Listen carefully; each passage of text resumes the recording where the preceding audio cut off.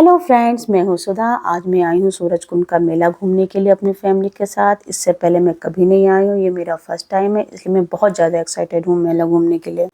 और यहाँ पार्किंग की सुविधा भी बहुत अच्छी है। फिर यहाँ पे हम लोग टिकट लेने गए। यहाँ पर देखा कि यहाँ पे बिल्कुल भी भीड़ नहीं है टिकट काउंटर पे, क्योंकि आप ऑनलाइन भी टिकट ले सकते हो। 3 साल से ऊपर के सभी लोगों का फुल टिकट लगेगा। 180 है वीकेंड्स का, 120 है वीकडेज का पर पर्सन। और एंट्री पे प्रॉपर चेकिंग हो रही थी। फिर उसके बाद हम लोग ने एंटर किया। एंटर करते ही वहाँ पे पूरा फूड कोर्ट एरिया बना हुआ था, जहाँ पे बहुत सारे खाने के आइटम्स मिल रहे थे।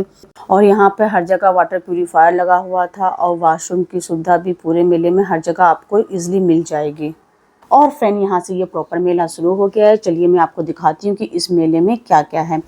मेले में घुसते ये जो फर्स्ट शॉप थी, मेरा मन तो यहीं पे लग गया था, क्योंकि ये जो हैंडमेड चीज़ें बनी हुई थी कलरफुल, मुझे बहुत ज़्यादा ही खूबसूरत और अट्रैक्टिव लग रही थी। वैसे मुझे एक हाथी पसंद आ गया था, बट वो बहुत ज़्यादा कॉस्टली बता रहे थे, तो फिर मैंने उस टाइम पे नहीं लिया और हम लोग फिर आगे बढ़ गए। बट मैंने उसे रिटर्निंग के टाइम पे वो हाथी ले लिया था, और वो हमें काफ़ी कम रेट में मिला था, जो मैं आपको वीडियो के एंड में बताऊँगी कि कितने में मिला। फिर हम थोड़ा आगे बढ़े तो फिर कपड़ों की शॉप शुरू हो गई। बहुत सारी वैरायटी थी कपड़ों की। और आप देख सकते हो कि फिर बर्तन की भी बहुत सारे शॉप थे, उनकी भी बहुत सारी वैरायटी थी। ज़्यादातर सब हैंडमेड ही थे। फिर हम कालीन के शॉप पे गए। कालीन में भी बहुत सुंदर सुंदर वैरायटी थी, बट बहुत ज़्यादा ये भी कॉस्टली था। वैसे तो हम जिस शॉप पे भी जा रहे थे, वहाँ पे हम लोग कुछ भी पूछे थे, सबका रेट इतना हाई बता रहे थे कि हम लोग बस आगे ही बढ़ते जा रहे थे, ज़्यादा कुछ देख भी नहीं रहे थे, क्योंकि ऐसा लग रहा था कुछ सस्ता तो दिख नहीं रहा है कि कुछ सोच रहे और ले ले। बट अगर आपको बार्गेनिंग आती है तो आप वहाँ से परचेस कर सकते हो, क्योंकि यहाँ पे वैरायटी बहुत ज़्यादा थी। जैसे यहाँ पे बर्तन की वैरायटी, मतलब हैंडमेड चीज़ें बहुत ज़्यादा थी। इसके शॉप भी बहुत ज़्यादा थे, इसलिए मैंने ज़्यादा कवर नहीं किया, क्योंकि एक ही चीज़ बार बार रिपीट हो रही थी। वैसे तो हम संडे को गए थे, तो हमें तो लगा था कि बहुत ज़्यादा भीड़ होगी, बट हमें वैसी भीड़ नहीं मिली जैसा हम सोच के गए थे। इसलिए हम लोग ने मेले को अच्छे से घूम लिया और अच्छे से हर चीज़ देखी भी। और यहाँ पे कपड़ों की भी बहुत ज़्यादा वैरायटी थी, जैसे साड़ी है, सूट है। ये यहाँ पे बहुत ज़्यादा, मतलब लोग देख भी रहे थे, ख़रीद भी रहे थे, क्योंकि इसमें बहुत वैरायटी थी। इस वाली शॉप पे तो हाथों से साड़ियाँ बनाई जा रही थी, जिसको मैंने देखा अच्छे से कि कैसे बनाई जा रही हैं। फिर मैं एक ज्वेलरी के शॉप में गई। मैंने सोचा लाओ यहाँ से मैं कुछ ले लेती हूँ, बट इन्होंने जो रेट यहाँ पे भी बताया, मुझे बिल्कुल भी जेन्युइन नहीं लगा, बहुत ज़्यादा ही कॉस्टली लगा। तो फिर मैंने नहीं लिया कुछ भी यहाँ से।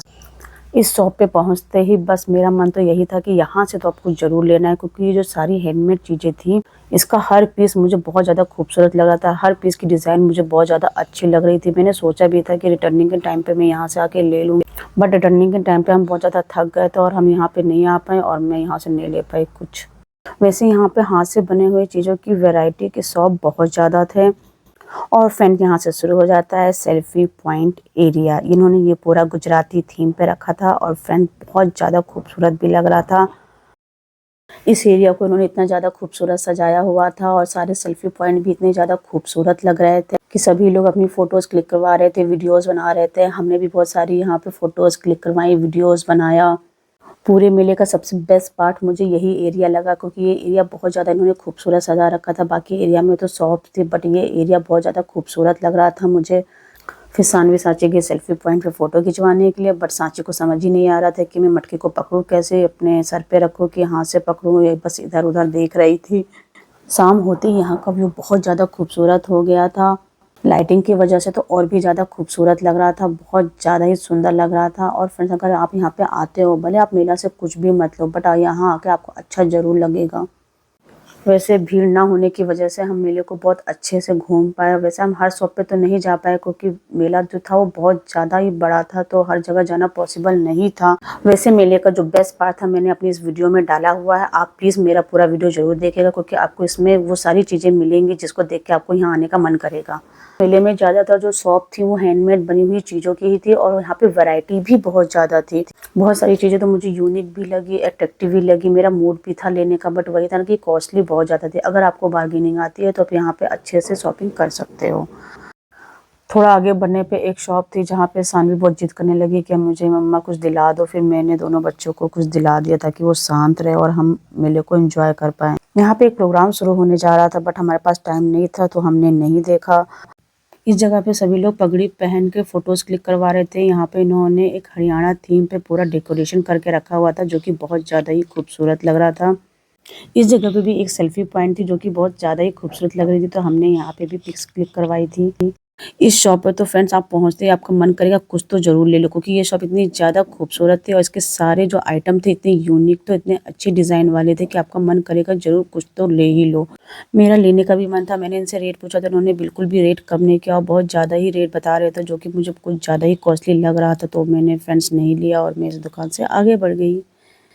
और यहाँ पे इस जगह पे सारे भगवान के फ़ोटो फ्रेम्स मिल रहे थे, ये भी बहुत अच्छे लग रहे थे। और फ्रेंड्स यहाँ से शुरू होता है पूरे मेले का सबसे एंटरटेनिंग पार्ट, जो मैं आपको अब दिखाती हूँ। इस इवेंट में सभी राज्य के लोग अपनी संस्कृति का डांस का प्रदर्शन कर रहे थे, जो कि देखने में बहुत ज़्यादा खूबसूरत लग रहा था। वहाँ सभी लोग बहुत एंजॉय कर रहे थे, हमने भी बहुत एंजॉय किया, क्योंकि देखने में ये जो कल्चर था बहुत ज़्यादा ही खूबसूरत लग रहा था। सबका डांस इतना ज़्यादा अच्छा लग रहा था। वैसे फ्रेंड हर दिन का इवेंट अलग है। यहाँ पे इस मेले में सब दिन का परफॉर्मेंस आपको अलग अलग देखने को मिलेगा, जिसकी डिटेल मैंने वीडियो में आगे डाली हुई है। और फिर यहाँ पे सानवी को डांस करना था, तो वो भी इस बीच में घुस घुस के डांस कर रही थी। आप इवेंट परफॉर्मेंस को देख के आप डिसाइड कर सकते हो कि आपको किस दिन का क्या इवेंट देखना है, तो आप उस दिन आके वो इवेंट देख सकते हो।